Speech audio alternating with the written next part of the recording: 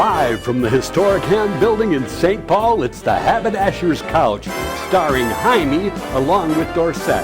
This is Kendrick, inviting you to join Heimie and our guest, Bick Smith. He's film actor, director, and producer. Now, ladies and gentlemen, here's Heimie. Whoa! Hey, we made it again. Stick, calm down. I tell you what, every Friday we have the most magnificent crowds. I tell you, you guys are vibrant, full of it. And hey, there's a lot going on in our world right now, so I can really appreciate that. Thank you so much. Interview. I tell you what, I can't really function without my right arm. So I'm going to introduce to you Mr. Keith Dorset. Are you sleeping back there or what? Oh man, I had to recover from last night. Oh, not that kind of last night. Oh, I was going to say, what's her name? But hey. No. Yeah, right. We know what her name is. This is legit. This is legit. Come on. Hey, we had an event here last night. Yes, we did. We had a groom's dinner. More people getting married? Yes, and they choose a wonderful space. I tell you, man, it was really, I can't stay. You're liking it, huh? 10 o'clock, I was just like doing my best. I tell you, if I was a young guy getting married, yeah, and I wanted to hang out at a place that was cool, this would be it. The Haberdasheries marrying people. I tell you, second one. If the interview wasn't as it was last night, I would have felt. I saw a line outside the store of guys waiting to get married. Well, last night was pretty cool.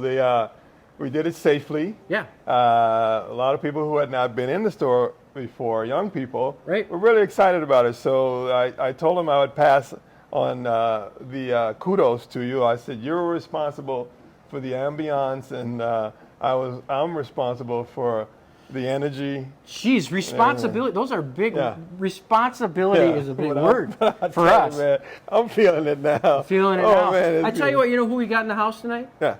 We've got Bick Smith, local filmmaker.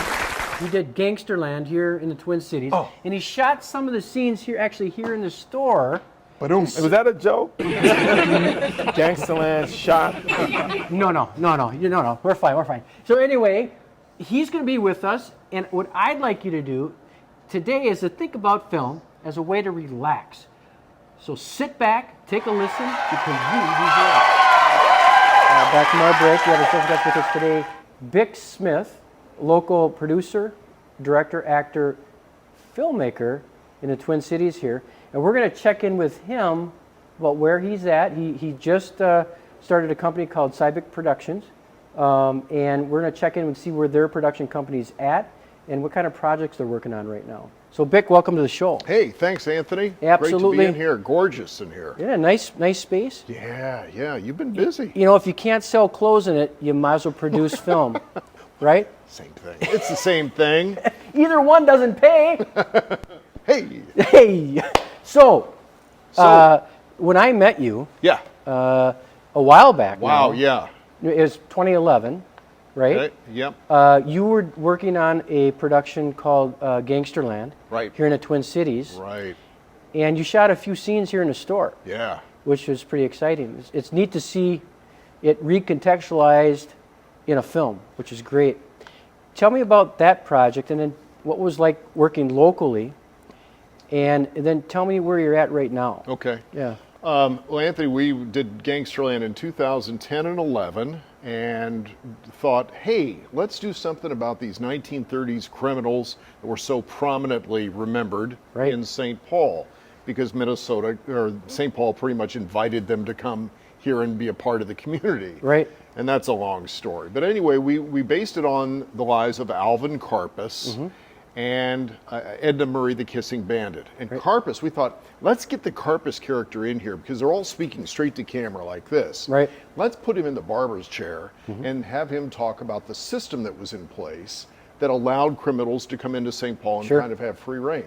So we put him in there with your lovely barber, and she's in there working on him, and he's got the hot towel and everything, and he had a hoot. And there was kind of an underground sort of system that was created between the underground business of what we would call, I don't know, not mafia, but close to, where there was some there was some nefarious undertakings between maybe local city and Yeah, the police department in St. Paul back in the early 30s was about a third corrupt on the take.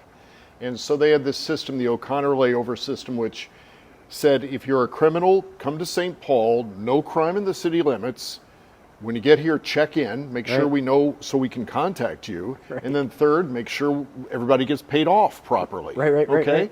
And so that was it. And that thing was around for over 30 years. Right. It's funny because people, when they come into the haberdashery and they see a fedora, Yeah. they associate the fedora or even the haberdashery with gangsters. I want to look like a gangster. And my thoughts are, no, you always want to look like a gentleman. Right. Right? But it's interesting how it was sort of a romantic era of that time.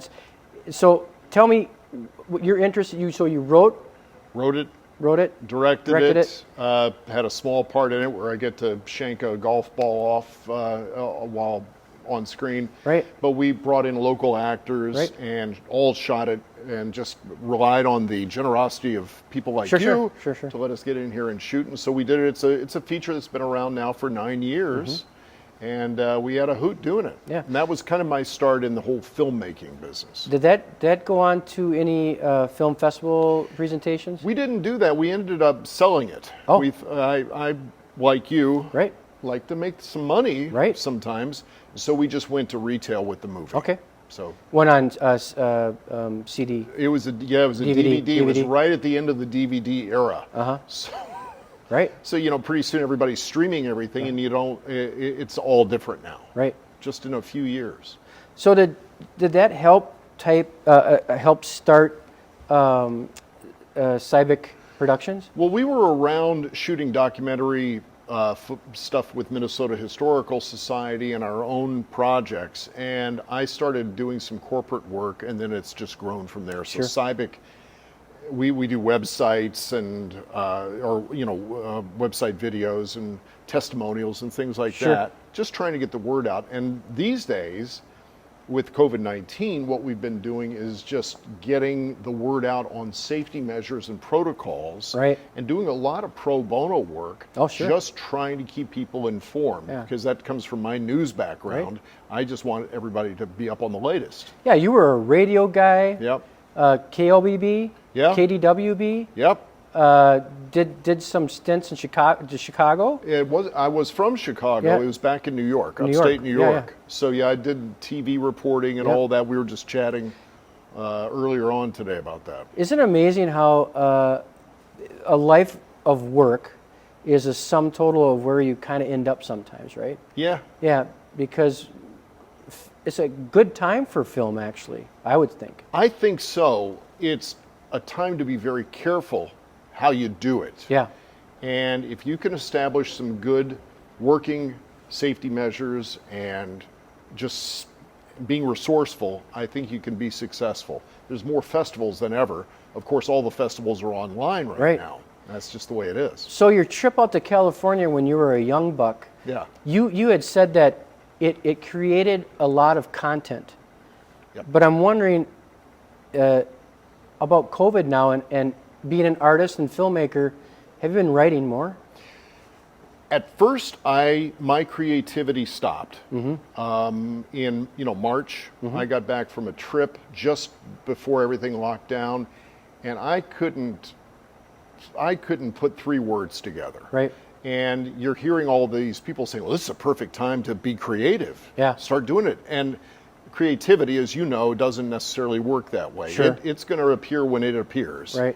And it took about 3 months for me to get into gear. And I have been writing more and doing more script work and keeping pretty busy that way. So yeah, there's some projects that are ahead. But right now, it's all about patience. Right.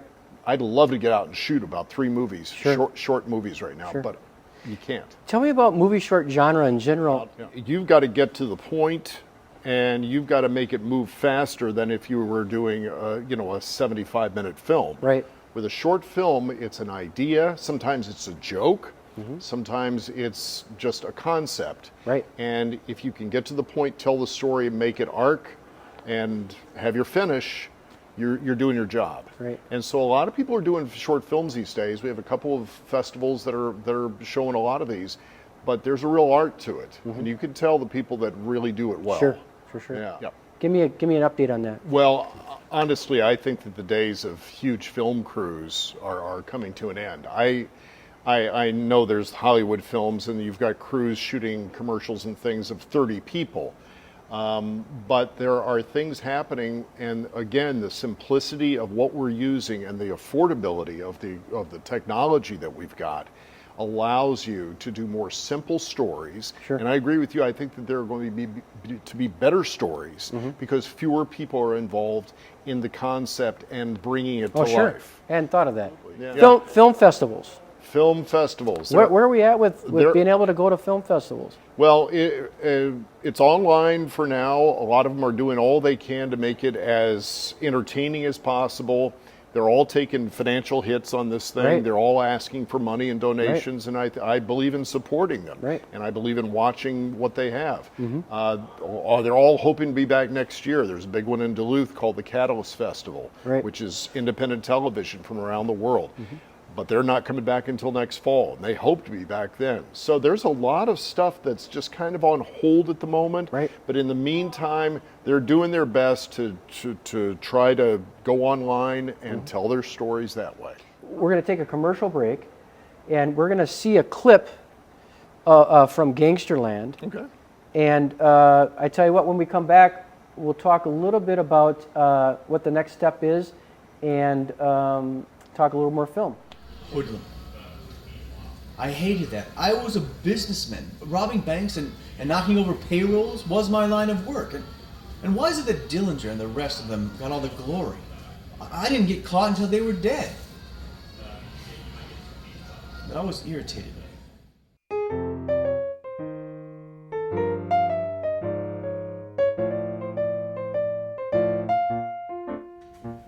I ended up spending a lot of time in St. Paul because they had a system in place for the movers and shakers like me. And we just saw a clip from Gangsterland, and it was actually shot here in the store. Bick, just give me a short little synopsis of that scene. That was Mike Postel, who's a local actor, who was playing Alvin Creepy Karpus, Public Enemy #1, longer than anyone back during that era, and really one of the major voices in that movie. And he was just talking about the O'Connor layover system and why gangsters were kind of welcome in St. Paul. Right. So that was great in that barber's chair. That was a fun day. Right. And so you went on to produce another, you're doing a TV series right now? We're working on a TV series, and of course, the pandemic has really shut a lot of stuff down. So it's kind of we're kind of in an idle position at the moment. It's called Undercurrent. It's based on a small town outside the city limits of St. Paul. A very mysterious, romantic comedy type of piece. And so we've shot 3 episodes of it with all local actors, and we shot some scenes in here. We had a lot of fun with that. There's a lot of humor in your scripts. There's a lot of it's kind of dark humor. Yeah. And I like that. It's where's that humor coming from? With you anyway. Well, I tell you what, I can't thank you enough for coming in today.